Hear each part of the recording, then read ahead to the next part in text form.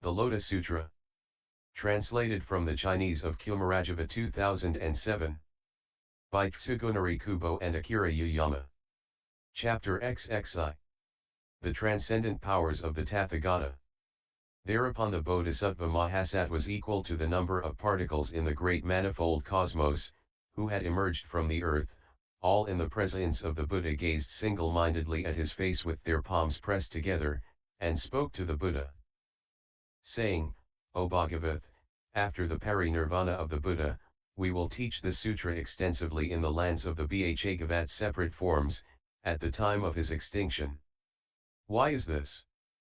Because we also wish to attain this true, pure, great Dharma, and to preserve, recite, explain, copy, and make offerings to it. Then the Bhagavath manifested his great transcendent powers in the presence of Manjusri and other immeasurable hundreds of thousands of myriads of kotis of Bodhisattva Mahasattvas who had long lived in the Saha world, such humans and non-humans as monks, nuns, laymen, and laywomen, devas, nagas, yaksas, gandharvas, asuras, garudas, naras, and mahoragas.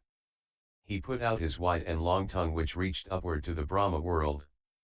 He emitted innumerable and immeasurable colored rays of light from all his pores and universally illuminated the worlds of the 10 directions.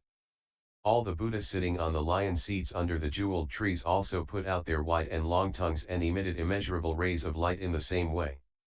Sakyamuni Buddha and the other Buddhas under the jeweled trees manifested transcendent powers while fully hundreds of thousands of years passed. After this they drew back their tongues, coughed, and snapped their fingers together in unison. Those two sounds penetrated throughout the various Buddha worlds of the 10 directions and the earth quaked in 6 ways.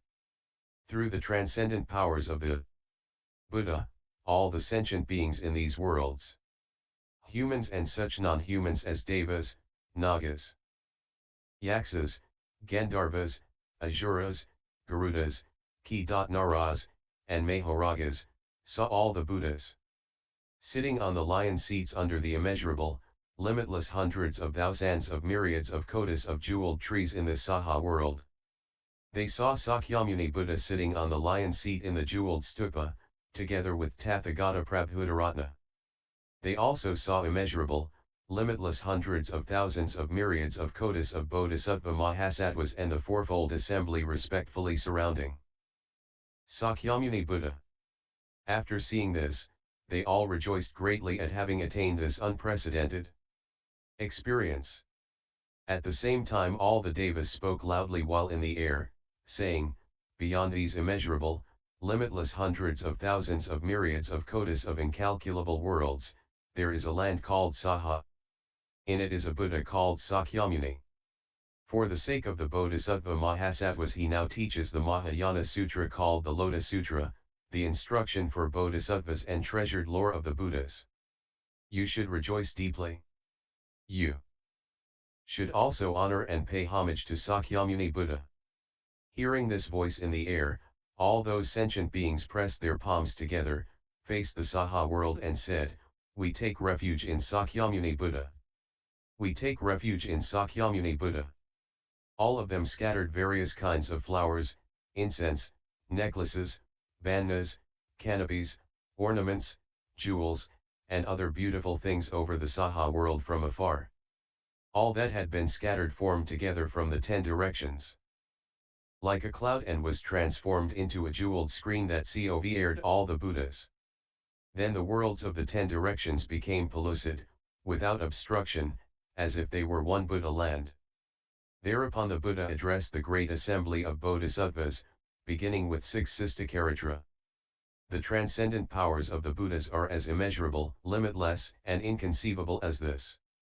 Yet if I were to use these transcendent powers to teach the benefits of the sutra so that it would be entrusted to you for immeasurable, limitless, hundreds of thousands of myriads of kotis of incalculable kalpas, I would not be able to reach the end of these qualities. To sum up, in this sutra I have clearly revealed and taught all the teachings of the Tathagata, all the transcendent powers of the Tathagata, all the treasure houses of the hidden essence of the Tathagata, and all the profound aspects of the Tathagata. For this reason, after the parinirvana of the Tathagata, you should wholeheartedly preserve, recite, explain, and copy it, and practice. According to the teaching, those who accept, recite, explain, and copy it, and practice according to the teaching, in whichever land they may be, in a place where the sutra abides, either in a garden, a forest, under a tree, in a monk's chamber, in a layman's house, in a palace, on a mountain, in a valley, or in the wilderness, in all of these places they should erect and pay homage to a monument. Why is this?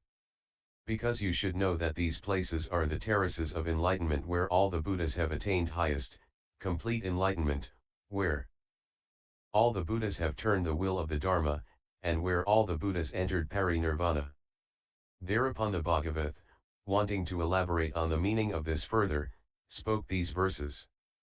The Buddhas, world inspirers, abiding in their great transcendent powers, manifest this immeasurable power. In order to gladden sentient beings, their tongues reach up to the Brahma world and they emit innumerable rays of light from their bodies. They manifest this marvel. For those who seek for the Buddha path, the coughing and snapping sounds of the Buddhas are universally heard in the lands of the 10 directions. The earth quakes in 6 ways. Because this sutra can be preserved after the nirvana of the Buddha, all the Buddhas rejoice and manifest their immeasurable transcendent powers. Even if, for immeasurable kalpas, they praise those who preserve the sutra, in order to entrust it, they will not reach the limit of their merit.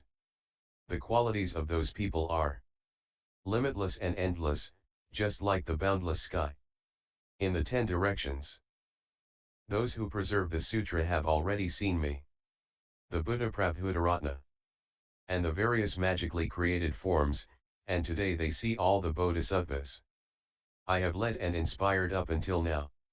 Those who preserve the sutra will gladden me, my magically created forms, as well as the Buddha Prabhutaratna, who has entered nirvana. They will also see, gladden, and pay homage to the past and future Buddhas, and those who are present in the 10 directions. Those who preserve the sutra will before long attain the Dharma, the hidden essence, which was attained by the Buddha seated upon the terrace of enlightenment. Those who preserve the sutra will explain the meaning of the Dharma, the names and phrases, joyfully and with undying vigor, like the wind in the sky, that has no obstruction whatsoever.